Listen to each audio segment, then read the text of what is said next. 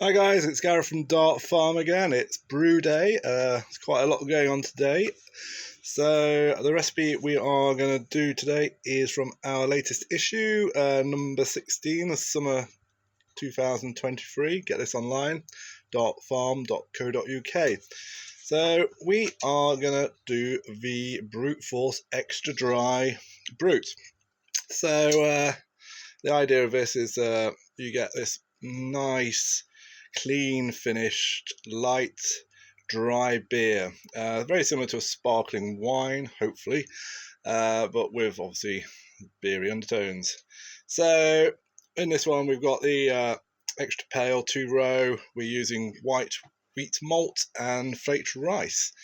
We're also using the lovely Nelson Sauvin hop from New Zealand, which gives the great characteristics of a white wine.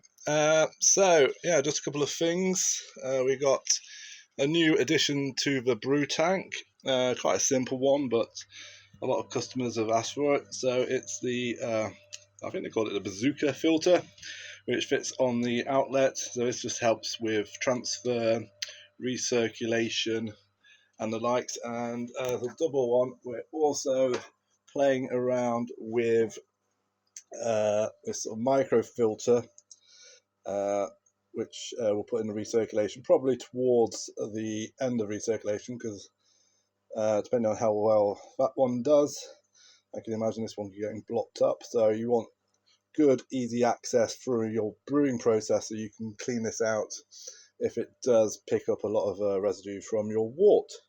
So anyway, what else are we going to do today? We have in here our rhubarb wine. I forgot to mention the Brut. We're also going to pressure ferment, so I'll do a bit of a chat about that. Anyway, let me crack on and start heating some water.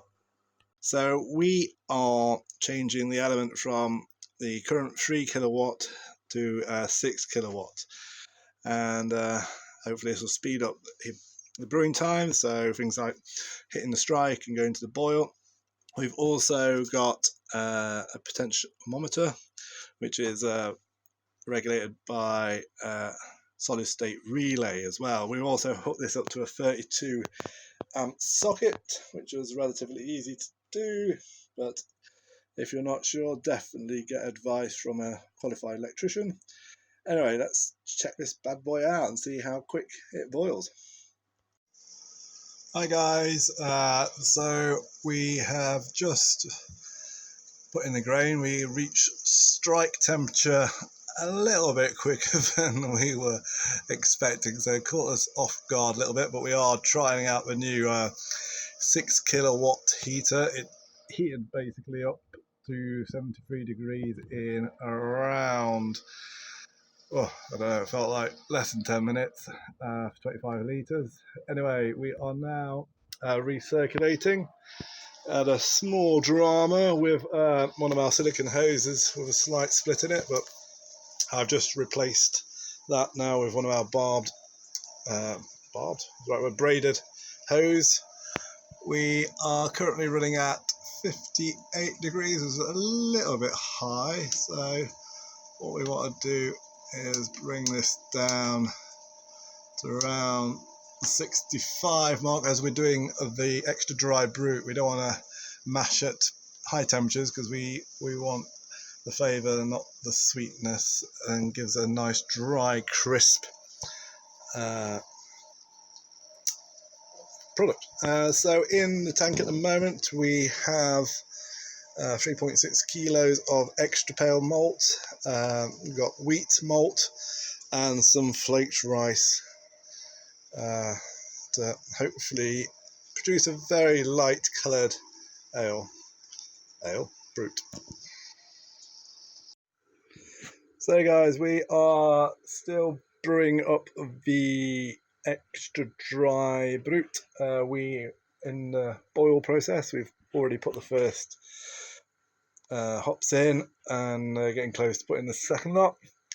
So you guys are probably familiar with the steam condenser, but the potentiometer is working really well.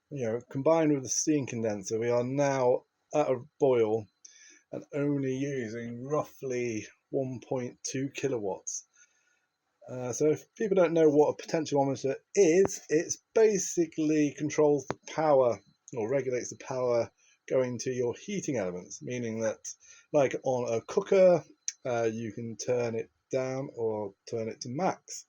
So this really speeds up the brewing process. So as demonstrated before, heating to strike and to boil from taking 20-30 minutes now is reduced to 5 and 7 minutes or so. So you've got to be ready. It caught me out today, but next time we'll be prepared. And yeah, so all in all, brewing process has taken roughly 2.5 hours, which that doesn't include cooling, so we need to play around with a few tools for that one, but so far all good. So I just want to show you this again because I love this device, the steam condenser. You can see very little steam is produced, but if I careful and open up the tank,